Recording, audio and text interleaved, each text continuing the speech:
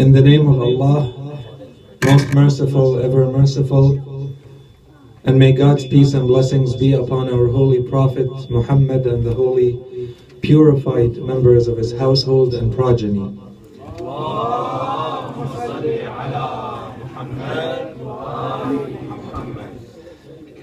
And may God's peace and blessings be upon Imam Al-Hussein and his companions and his family members.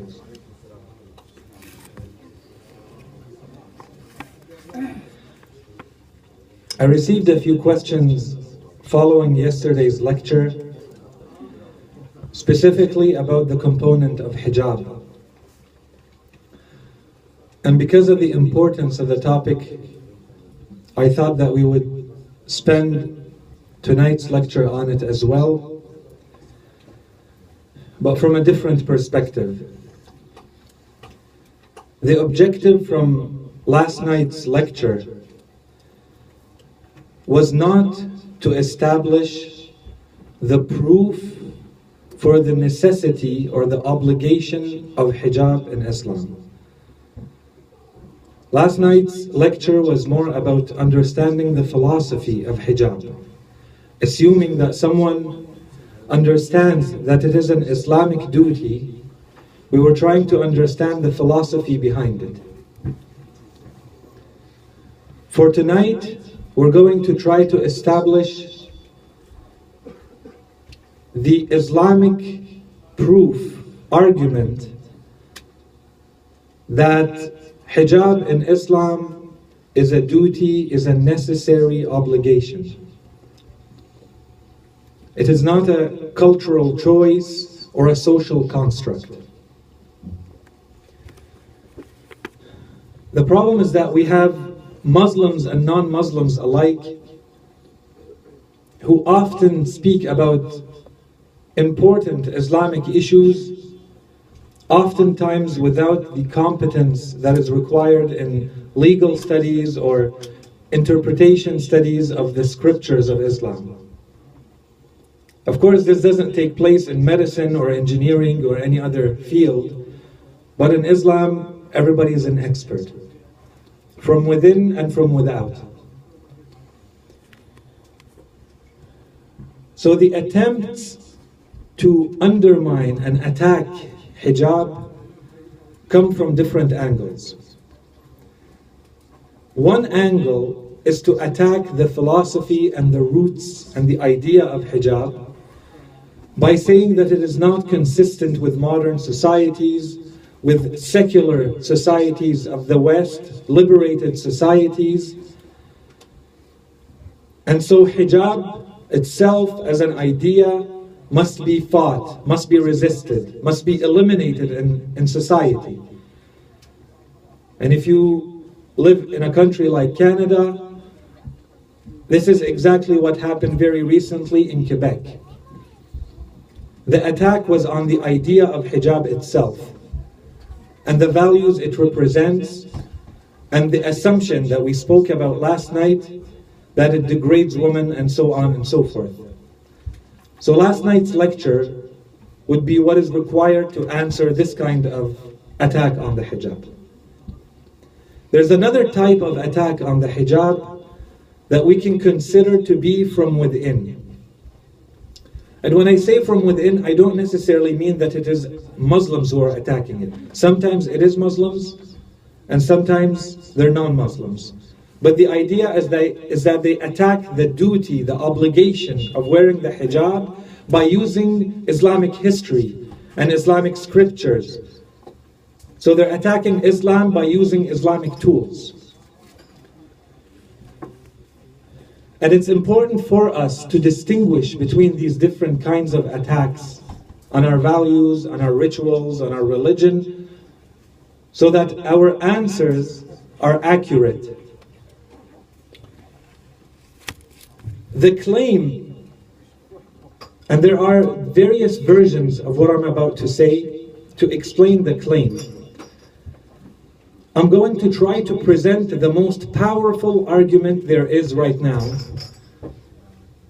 And this is in articles, academic articles, and books, and university theses. And it's a very popular thesis, inside of Islam and outside of it. The argument goes as follows. They say that we have studied the Islamic society at the beginnings of Islam, and we realized that the women in those societies are of two categories. They were either free women or slave women. The tribal and patriarchal society of that time wanted to ensure that their woman, in other words, the free woman, would not ever be considered in the same light as the slave woman. They wanted to ensure that distinction so that those women would not be harassed and would not be troubled and annoyed by the confusion that they may be slave women. So that kind of society introduced the notion of hijab to distinguish between free women and slave women, so that free women would not be harassed and troubled and annoyed in society. And this later on, because it's a patriarchal society, the jurists took this, which is a cultural, social construct, and generalized it and made it into a religious duty. This is the gist of the argument. So now we're going to try to see what the Quran says. We don't have enough time to develop all the aspects for an answer to this. So at least I thought we would concentrate on 3 Quranic verses to answer this. But before getting to the verses, one quick remark. It's very important to constantly distinguish and remind ourselves and remind non-Muslims as well to make the distinction between Islam, the religion, the set of divine teachings, and Muslims and what we call an Islamic society and what they do with those teachings. Islam and Muslims are not the same thing. Islam, as divine teachings, is not equal to what we call an Islamic society. An Islamic society is simply a gathering of people who adhere to a set of values and beliefs that are called Islam. They are not the actual perfect form of the divine teachings we call Islam. In the beginnings of Islam, there was, since that day and until now, absolutely no disagreement between any Muslim that alcohol and wine are forbidden in Islam. Yet when we look at the history of Islam from the beginning, we see that many Muslims continued to drink. They tried to do it in hiding. But later on, a few years later, we even had heads of state, Islamic states, drinking. Some of them drinking in the mosque. Some of them drinking in a mosque before performing the prayer and messing up the prayer because they're too drunk. A lot of things happen in an Islamic society. It doesn't mean that this is actually Islam. This is what Muslims are doing with the religion. It is not equal to the religion. That is why there is a narration that they mention when they explain this. They say that one day Umar ibn al-Khattab had a slave girl arrested and beaten because she had worn the hijab. And the reason for this punishment is that she was disrupting the social classes. The distinction between the social classes was being disrupted because she was wearing the clothes of a free woman while she was a slave. This may have happened. It doesn't necessarily mean that this is Islam. It doesn't necessarily mean that this is an Islamic teaching. This is what he decided to do. So keeping that in mind, let us now go to the Quranic verses to see what the Quran says about hijab, remembering the big issues that they talk about. So first of all, the claim is that the Quran never talks about hijab. The second claim is that there's a distinction to be made between free women and slaves. And the third claim is that it's a cultural, social construct. The first verse we look at tonight is going to be perhaps what is considered the most famous verse explaining the duty of the hijab in Islam. And I ask all of my brothers and my sisters to try to memorize this verse, to know where it is, and to understand it in full. We won't have time to go into the interpretation of the verse. What we need from it is simply the establishment that it is a necessary obligation in Islam. I start one verse before it for an obvious point because the verses are related. The verses are 30 and 31 from Surah An-Nur. I read them in Arabic first. Bismillah ar-Rahman ar-Rahim. قل للمؤمنين يغضوا من أبصارهم ويحفظوا فروجهم ذلك أزكى لهم إن الله خبير بما يصنعون. And then the verse continues for the woman. وقل للمؤمنات يغضضن من أبصارهن ويحفظن فروجهن ولا يبدين زينتهن إلا ما ظهر منها وَلْيَضْرِبْنَ بِخُمُرِهِنَّ عَلَى جُيُوبِهِنَّ. And then the verse goes on to list وَلَا يُبْدِينَ زِينَتَهُنَّ إِلَّا لِبُعُولَتِهِنَّ أَوْ آبَائِهِنَّ أَوْ آبَاءِ بُعُولَتِهِنَّ أَوْ أَبْنَائِهِنَّ أَوْ أَبْنَاءِ بُعُولَتِهِنَّ أو إخوانهن أو بني إخوانهن أو بني أخواتهن أو نسائهن أو ما ملكت أيمانهن أو التابعين غير أولي الإربة من الرجال أو الطفل الذين لم يظهروا على عورات النساء ولا يضربن بأرجلهن ليعلم ما يخفين من زينتهن وتوبوا إلى الله جميعا أيها المؤمنون لعلكم تفلحون. These are the two verses in Arabic. In English, the first verse, and say to the faithful men, وَقُلْ لِلْمُؤْمِنِينَ يَغُضُّوا مِنْ أَبْصَارِهِمْ, to cast down their looks, their gazes, their sight, and to guard their private parts. That is more decent for them, and surely God is aware of all that you do.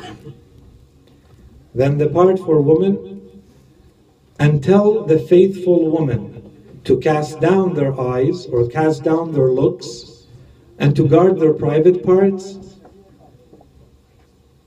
وَلَا يُبْدِينَ زِينَتَهُنَّ إِلَّا مَا ظَهَرَ مِنْهَا, and not to show their charms or adornments or beauty except what is apparent of it.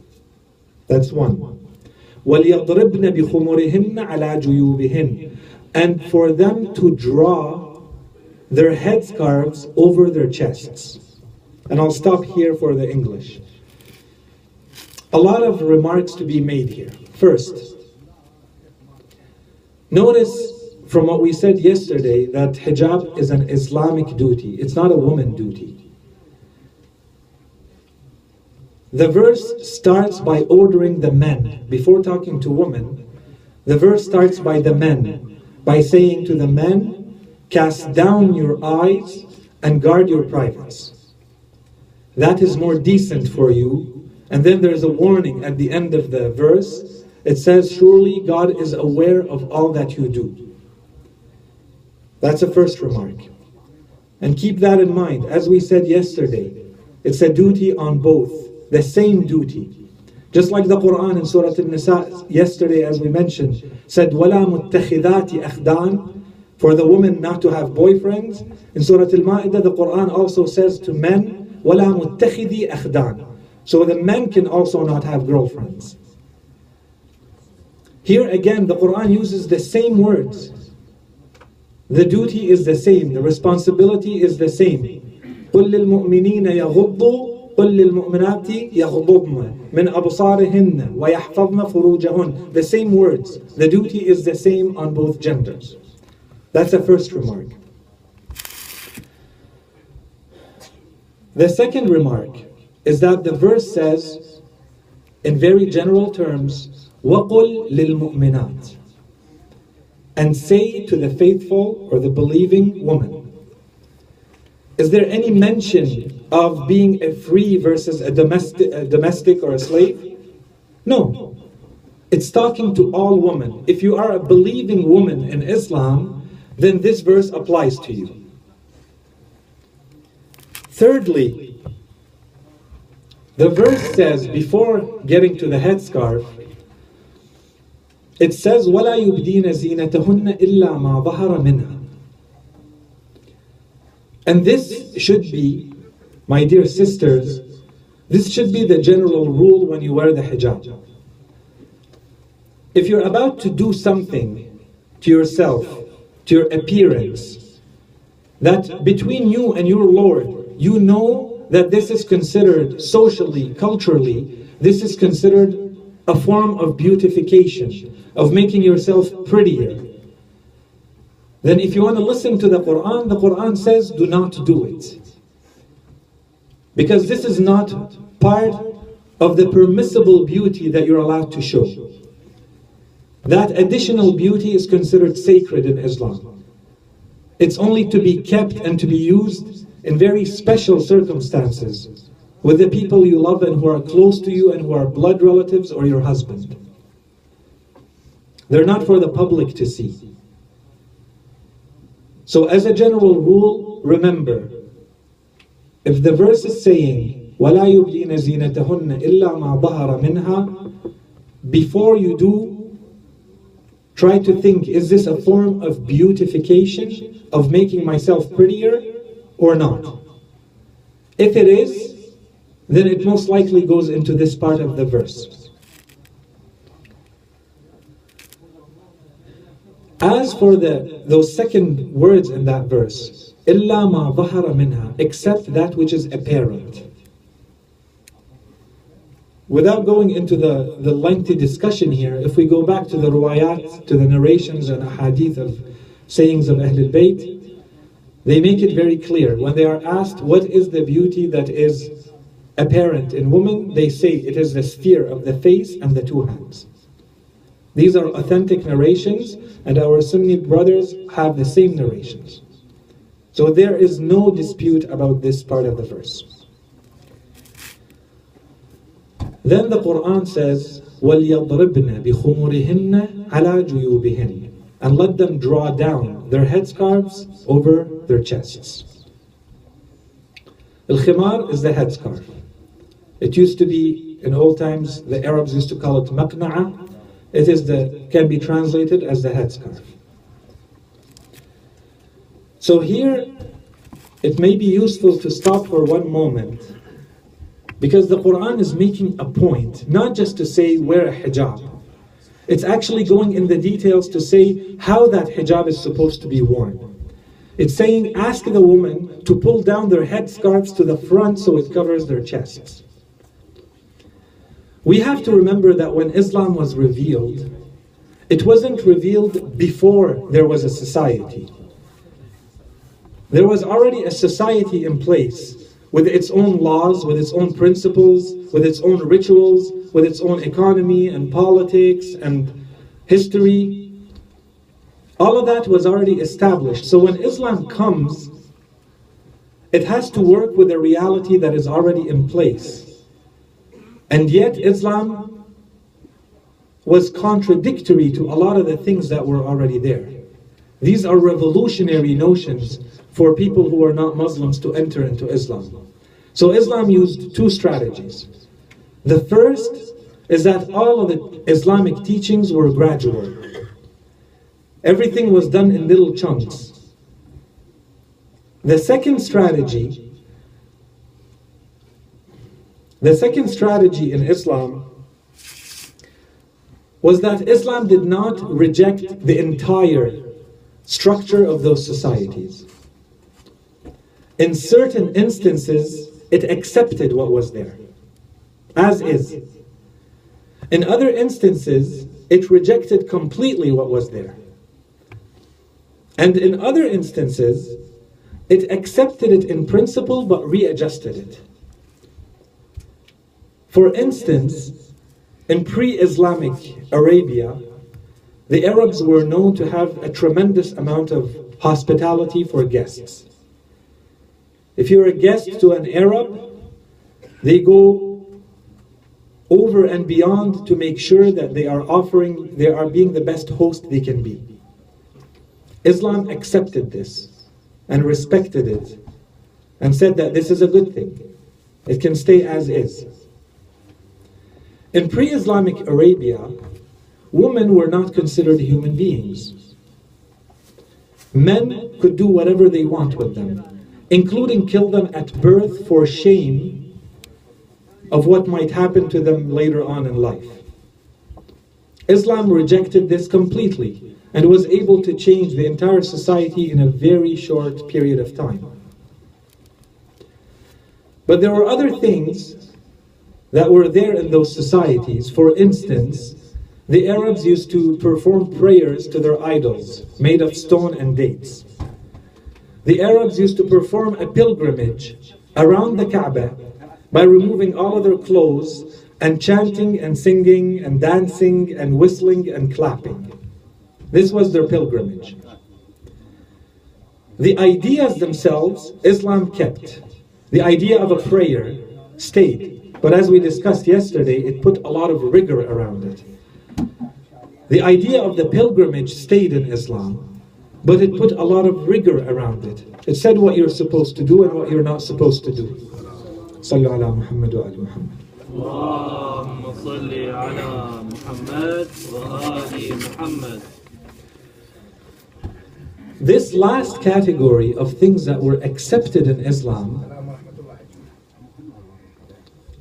is the one in which hijab falls. In pre-Islamic Arabia, there were women who were wearing the hijab. The good women of those societies were wearing the hijab. The issue is that the way they were wearing the hijab did not match Islamic teachings. That's one. The second issue is that not all women were wearing it. It was indeed a matter of class, of social class. So first, Islam fought the idea that this is a matter of social class by saying all believing women must wear the hijab. And then it fought how the hijab was being worn before by indicating clearly how it has to be worn. So the verse says, وَلْيَضْرِبْنَ بِخُمُرِهِنَّ عَلَى جُيُوبِهِنَّ, so that they have to draw forth the headscarf over their chest, bring it to the front, because those women were wearing the headscarf to the back. And when they wore it to the back, it left their ears and under their chin and their necks and their chests exposed. That was the hijab that they wore. So Islam came and went into the details of how to wear the hijab in case there was any confusion about how hijab has to be worn. That's the first verse. There's a lot more to be said about the continuation of the verse, but I'll stop here. The second verse that talks about hijab, and again I encourage all my brothers and sisters to remember it by heart. In Surah Al-Ahzab, verse 59, God orders His Prophet. He tells him, Ya ayyuhan nabi, qul li azwajika wa banatika wa nisa'il mu'minina yudnina alayhinna min jalabibihin. ذَلِكَ أَدْنَى أَنْ يُعْرَفْنَ فَلَا يُؤْذَيْنَ وَكَانَ اللَّهُ غَفُورًا رَحِيمًا. O Prophet, tell your wives and your daughters and the women of the faithful, yudnina alayhinna, to pull to themselves, close to themselves, their outer garment.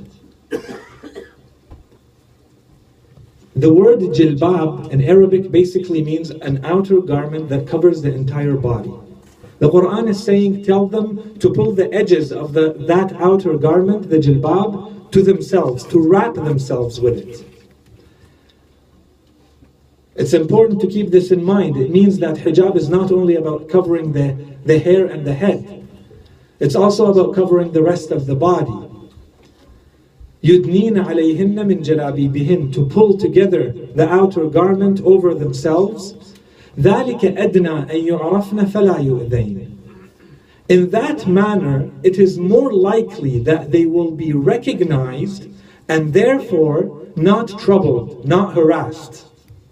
This verse is the one they want to take to their theory and say they will be recognized as free women as opposed to slaves. So our first question is, where is there any question of slavery and free women here?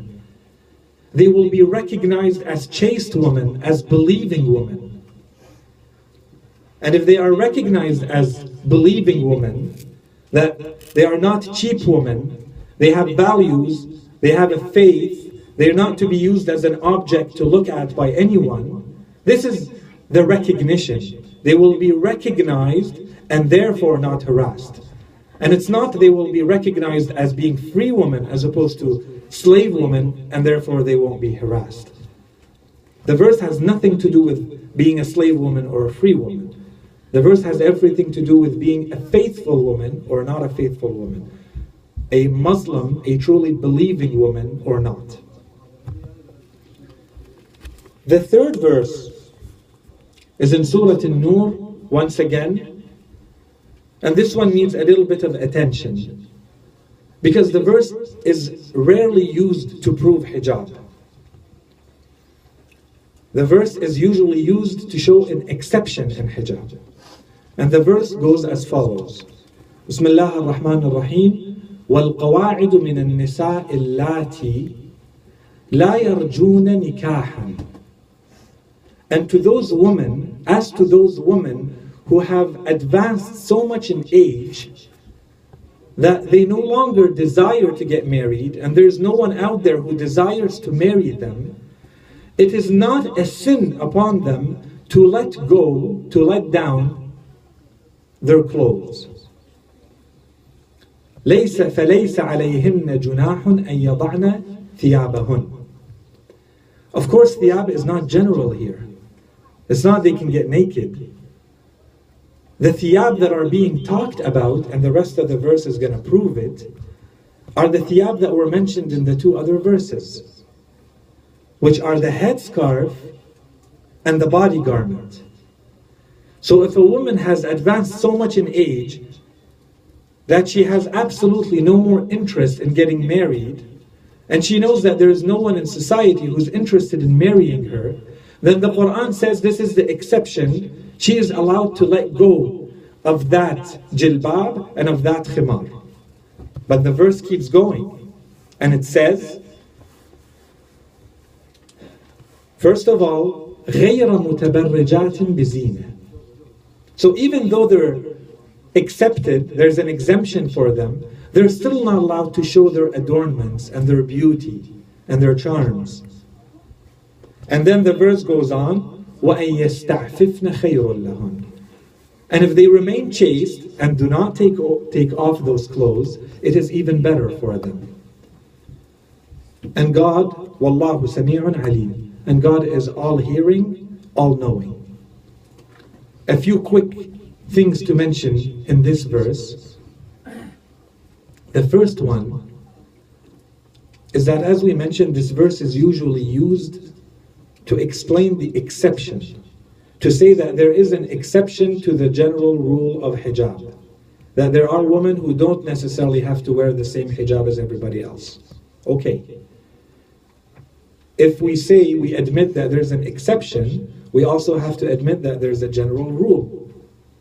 So this verse can be used to prove the general rule, that every single woman has to wear the hijab properly, as explained in the other verses, except for those women who have reached this advanced old age. And the other remark that I wanted to make quickly is that even though the Quran is making a point that there is an exception to hijab, it also makes a point to say, even in that exception, for the woman who does not necessarily have to wear the hijab, she is still not allowed to show her beauty. So dear sisters, remember at least this part of the verse. And if I can stop here and say, although we don't have enough time to go into the sayings to establish these same truths, these same Islamic truths, I think from a Quranic perspective, the Quranic position is very clear that hijab is an obligation, that it is a duty, regardless of the theories that they want to come up with. Maybe we don't have time to go into the sayings, but maybe we can go into a glimpse of the importance of hijab to Ahl al-Bayt. We have in our reports, in our history, that after the tragic martyrdom of Fatima al-Zahra, may God's peace and blessings be upon her, in our history it says that Imam Ali, peace upon him, would take his children, Imam al-Hasan, Imam al-Hussein, and Zainab, waiting for the night to come and people to go to sleep. Every night, they would all go together to the grave of Fatima al-Zahra, peace upon her. And in our reports it says every night when they would leave, Imam al-Hasan, peace upon him, would carry a lantern. And in the way, because it's complete darkness, there are no lights, and they're walking in a cemetery. The only light there is natural light and this lantern. And the Imam Ali, peace upon him, would ask Imam al-Hasan and would tell him, turn off the lantern for fear that someone sees the length of your sister Zainab. This is hijab to Ahl al-Bayt. And this is why one of the biggest tragedies in Karbala was taking the woman of Imam al-Hussein, peace upon him, from land to land on the backs of camels to be displayed to the world in the state they were in. When we understand why this is a tragedy, we understand the importance of hijab in Islam. So sisters, carry that responsibility with honor. May God's peace and blessings be upon Imam al-Hussein, his family members and his companions, and upon you all. وصلى الله على سيدنا محمد وعلى آله الطيبين الطاهرين. اللهم صل على محمد وآل محمد. اسمع. الله يخليك، الله يحفظك. اسمعك.